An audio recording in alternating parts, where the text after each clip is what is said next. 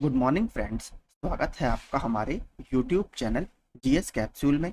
I hope आप सभी लोग अच्छे होंगे और आपकी तैयारी अच्छी चल रही होगी। फ्रेंड्स, आप सभी को पता है हम अपने इस चैनल के माध्यम से यूपीपीएससी, यूपी ट्रिपल एससी और एसएससी से संबंधित सभी परीक्षा अपडेट्स आपको समय से देते रहते हैं। तो अगर आप हमारे चैनल पर नए हैं तो प्लीज़ इसे रेगुलर अपडेट्स के लिए सब्सक्राइब कर लीजिए। इसके अलावा जो लोग जूनियर असिस्टेंट की तैयारी कर रहे हैं उनको भी मैं हिंदी और जीएस का स्टडी मटेरियल लगातार प्रोवाइड करा रहा हूँ, तो आप हमारा चैनल उनके लिए भी फॉलो कर सकते हैं। तो चलिए देखते हैं आज न्यूज़पेपर में क्या क्या इंपॉर्टेंट आर्टिकल्स छपे हैं। तो पहली न्यूज हमारी ये है, विद्युत सेवा आयोग ने कल आपका Uttar Pradesh power corporation limited जो है इसने कैंप असिस्टेंट ग्रेड 3 की भर्ती निकाली थी। तो उसके रिक्त पदों पर चयन हेतु आपका कुछ परिणाम घोषित किया गया है, उसको देखते हैं। Uttar Pradesh power corporation limited हेतु शिविर सहायक ग्रेड 3 के सीधी भर्ती के रिक्त पदों पर चयन हेतु ये आपका विज्ञापन संख्या 2022 में आया था। उक्त विज्ञापन के विरुद्ध दिनांक 31/10/2022 को संपन्न ऑनलाइन परीक्षा यानी सीबीटी और रेस्पॉन्स की के विरुद्ध अभ्यर्थियों से प्राप्त आपत्तियों का संज्ञान लेते हुए 3/6/2023 को संपन्न दक्षता परीक्षा जिसमें आपका टंकण और आशुलेखन था एवं दिनांक 18/7/2023 को यानी 18 जुलाई 2023 को संपन्न अभिलेखों की जांच के उपरांत श्रेणीवार रिक्त पदों के सापेक्ष श्रेष्ठतानुसार चयनित अभ्यर्थियों की सूची अनुक्रमांक के बढ़ते क्रम में निम्नवत है। तो ये आपका सब है। तारांकित अभ्यर्थियों का चयन जो आपका जिसमें एस्टेरिस्क लगा हुआ है, वांछित अद्यतन जाति निवास प्रमाण पत्र, शपथ, अनिवार्य शैक्षिक अर्हता संबंधी प्रमाण पत्र इत्यादि प्रस्तुत करने के प्रतिबंधाधीन है। यानी इसमें आपका प्रोविजनल है। जब आप ये वाले सारे डॉक्यूमेंट्स इनको दिखा देंगे तब आपका फाइनल सिलेक्शन इसमें घोषित कर दिया जाएगा। नीचे आप देख सकते हैं यहाँ पर आपकी कट ऑफ है अनरिजर्व की 151.500, ईडब्ल्यूएस की 147, एसटी में इस श्रेणी हेतु कोई अभ्यर्थी अहर नहीं पाया गया, एक्स सर्विसमैन इस श्रेणी हेतु कोई अभ्यर्थी अहर नहीं पाया गया। ठीक है, तो यही देखिए जो भी इसमें सेलेक्ट हुए हैं फाइनली उनको हमारे चैनल की तरफ से बहुत बहुत शुभकामनाएं और आप अपने करियर में काफी अच्छा कीजिए, यही मेरी आपके लिए आशा है। चलिए शुरू अगला देखते हैं। अगली न्यूज है हमारी सीएचएसएल 2023 की टीयर 1 परीक्षा 2 अगस्त से प्रवेश पत्र जारी। तो कंबाइंड हायर सेकेंडरी लेवल की जो परीक्षा होती है एसएससी के द्वारा 2023 की, उसकी टीयर 1 के एडमिट कार्ड आपके जारी कर दिए गए हैं और परीक्षा आपकी 2 अगस्त से प्रस्तावित है। कंबाइंड हायर सेकेंडरी लेवल 2023 की टीयर 1 परीक्षा 2 से 17 अगस्त तक होगी। कर्मचारी चयन आयोग की क्षेत्रीय वेबसाइट पर इसका प्रवेश पत्र जारी कर दिया गया है। परीक्षा शुरू होने के 4 दिन पहले अभ्यर्थी अपना प्रवेश पत्र डाउनलोड कर सकते हैं। उससे पहले प्रवेश पत्र के लिंक से परीक्षा केंद्र का शहर और परीक्षा की पाली को देखा जा सकता है। इसके जरिए केंद्र सरकार के विभागों और मंत्रालयों में ग्रुप सी के 1600 पदों पर नौकरी मिलेगी। एसएससी की ओर से मिशन मोड में भर्तियां हो रही हैं। इसी क्रम में आवेदन लेने के 2 महीने के भीतर परीक्षा कराने की तैयारी है। सीएचएसएल 2023 के लिए ऑनलाइन आवेदन 9 मई से 8 जून तक लिए गए थे और देखिए अगस्त में ही इन्होंने परीक्षा इसके कराने का प्लान कर लिया। तो थोड़ा सा एसएससी की कार्यप्रणाली में भी सुधार आ रहा है। इसमें इंटरमीडिएट उत्तीर्ण अभ्यर्थियों ने आवेदन किया। देश भर से लाखों से ज्यादा इसमें आवेदन आए। टीयर 1 परीक्षा 2 अगस्त से 22 अगस्त तक प्रस्तावित थी, लेकिन अब ये 17 अगस्त तक कराई जाएगी। पहले इन्होंने कहा था कि 2 से 22 अगस्त तक कराएंगे, लेकिन अब 2 से 17 अगस्त के स्लॉट में ही इन्होंने कराने का निर्णय ले लिया है। यह 1 घंटे की परीक्षा होगी। प्रश्न पत्र में 4 हिस्से होंगे, वही जो आते हैं इसमें 25-25 के 4 सेक्शन होते हैं। इंग्लिश, जनरल इंटेलिजेंस, गणित और सामान्य जागरूकता के होंगे। प्रत्येक प्रश्न आपका इसमें 2 अंक का होगा। बाकी ये सारा पैटर्न आपको पता ही होगा। तो देखिए जो भी इसमें परीक्षा देने जा रहे हैं उनको हमारे चैनल की तरफ से बेस्ट ऑफ लक। अपना इस एग्जाम में बेस्ट दीजिएगा। अगला एक थोड़ा सा पॉलिटेक्निक प्रवेश परीक्षा का भी बताया था मैंने आपको बीच में, जिसमें एग्जाम की डेट इसकी उस समय घोषित नहीं हुई थी और फॉर्म भरने की तिथि इसकी कुछ दिन के लिए बढ़ा दी गई थी, तब मैंने इस न्यूज़ को कवर किया था। और इसकी प्रवेश परीक्षा आपकी जो एंट्रेंस टेस्ट है वो 2 तारीख से है। तो जिनका भी कोई रिलेटिव वगैरह इसको देने जाना चाहता है उनको आप ये न्यूज़ कन्वे कर सकते हैं। आगे चलते हैं। ये थोड़ा सा एक इम्पॉर्टेंट है। चिकित्सकों की सेवानिवृत्ति आयु 65 साल करने का जो मसौदा है वो तैयार कर लिया गया है। पीएमएचएस संवर्ग के चिकित्सकों को 62 साल की उम्र के बाद नहीं मिलेगा कोई प्रशासनिक पद। जो चिकित्सक 62 वर्ष के बाद मरीजों के उपचार में नहीं लगना चाहते हैं वो ले सकते हैं इसमें वीआरएस। ठीक है, इसके अलावा 3 साल की पुनर्नियुक्ति का भी इसमें प्रावधान किया गया है। यहाँ पर आप देख सकते हैं प्रादेशिक चिकित्सा एवं स्वास्थ्य सेवा संवर्ग के कार्यरत चिकित्सकों की सेवानिवृत्ति आयु 62 वर्ष से बढ़ाकर 65 साल करने का मसौदा तैयार कर लिया गया है। इसके मुताबिक चिकित्सक 62 वर्ष की आयु पूरी करने के बाद प्रशासनिक पद पर कोई काम नहीं करेंगे, वे सिर्फ मरीजों का उपचार करेंगे। इस प्रस्ताव को जल्द कैबिनेट की बैठक में रखा जाना है।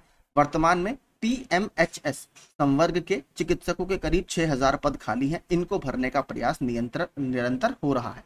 इस बीच स्वास्थ्य विभाग ने इस संवर्ग के कार्यरत चिकित्सकों की सेवानिवृत्ति की उम्र 65 साल करने का मसौदा तैयार किया है। विभागीय सूत्रों का कहना है कि इस मसौदे में कई विकल्प दिए गए, यानी कोई जरूरी नहीं है, कंपलसरी नहीं है कि आप करें।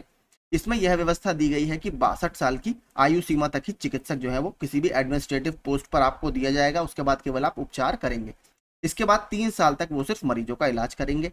जिन डॉक्टरों ने निदेशक और महानिदेशक जैसे पद पर कार्य कर लिया है और 62 साल के बाद मरीजों के उपचार में नहीं लगना चाहते हैं, वो स्वैच्छिक सेवानिवृत्ति यानी आपका वॉलंटरी रिटायरमेंट ले सकते हैं। ऐसे में उनके वीआरएस की मंजूरी में कोई भी पाबंदी देखिए नहीं लगाई जाएगी।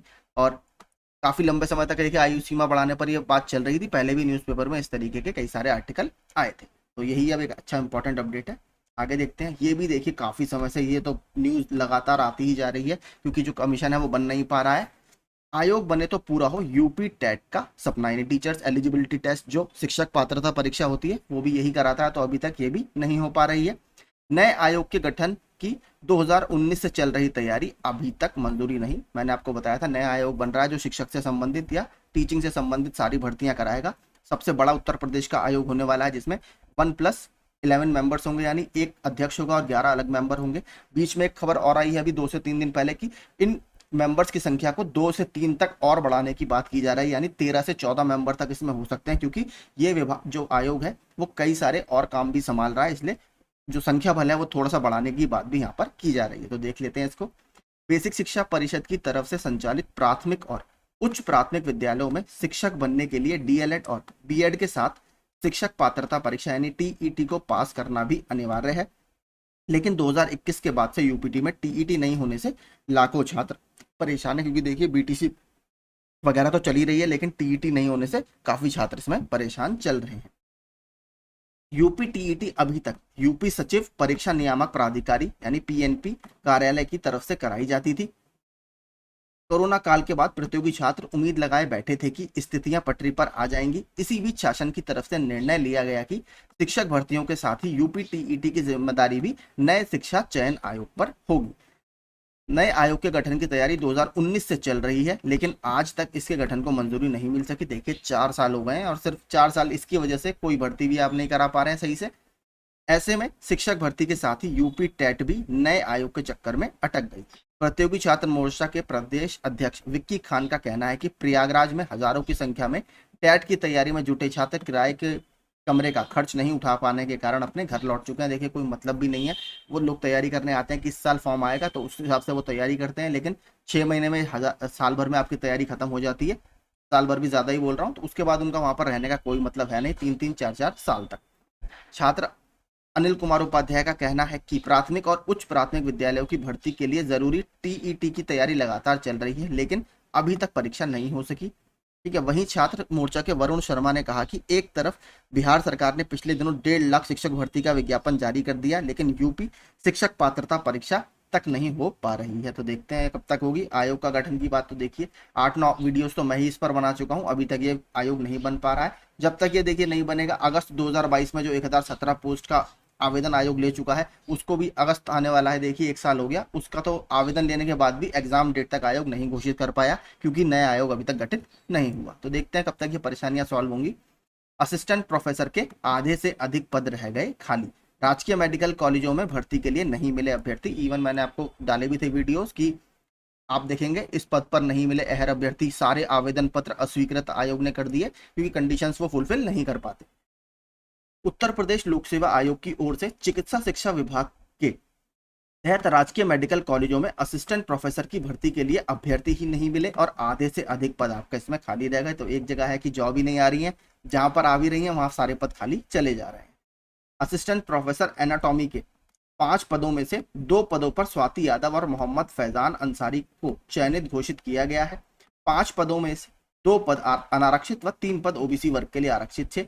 ओबीसी वर्ग के लिए आरक्षित 3 पदों के सापेक्ष कोई अभ्यर्थी उपलब्ध ना होने के कारण तीनों ही पद आपके खाली रह गए। तो देखिए ये या तो उसमें लगातार होता ही रहता है, स्पेशली मेडिकल वाली फील्ड्स में ज्यादातर पोस्ट खाली चली जाती है क्योंकि प्राइवेट प्रैक्टिस को ज्यादा लोग वरीयता देते हैं। इनमें से कोई अभ्यर्थी उपस्थित नहीं हुआ, तीनों पद खाली रह गए। इसके अलावा आयोग ने assistant professor statistic and demography के 3 पदों पर सीधी भर्ती का परिणाम घोषित किया है। 20 और 21 जुलाई को हुए साक्षात्कार के आधार पर इन अभ्यर्थियों को चयनित घोषित किया गया है। तो देखिए जो भी इसमें चयनित हुए हैं उनको हमारे चैनल की तरफ से हार्दिक शुभकामनाएं। एक ये है, देखिए थोड़ा सा, प्रवक्ता के 14 पदों के लिए इंटरव्यू 1 अगस्त से। उत्तर प्रदेश लोक सेवा आयोग की ओर से यूपी आयुष होम्योपैथी विभाग में प्रवक्ता प्रैक्टिस ऑफ मेडिसिन के 14 पदों पर सीधी भर्ती के लिए इंटरव्यू 1 और 2 अगस्त को आयोजित किए जाएंगे। साक्षात्कार कार्यक्रम आयोग की वेबसाइट पर उपलब्ध है, तो वहां पर जाकर आप देख सकते हैं। आयोग अब 1 महीना पहले ही इंटरव्यू का शेड्यूल जो है वो जारी कर देता है। ठीक है, तो यही देखिए हमारे न्यूज़पेपर में छपे सारे इंपॉर्टेंट आर्टिकल्स थे। आई होप आपको ये सेशन और न्यूज़ आर्टिकल्स अच्छे लगे होंगे। अगर आपको अपडेट्स पसंद आते हो तो प्लीज़ आप हमारे चैनल को रेगुलर अपडेट्स के लिए सब्सक्राइब कर लीजिए। और जो लोग तैयारी कर रहे हैं जूनियर असिस्टेंट की या और भी किसी उत्तर प्रदेश के एग्जाम की, उसके लिए लगातार मैं हिंदी और जीएस के वीडियोज़ ला रहा हूँ, तो वो आप मेरी प्लेलिस्ट में जाकर देख सकते हैं। वहाँ पर मैंने ऑलरेडी कई सारे वीडियोज़ डाल दिए हैं। Thank you so much.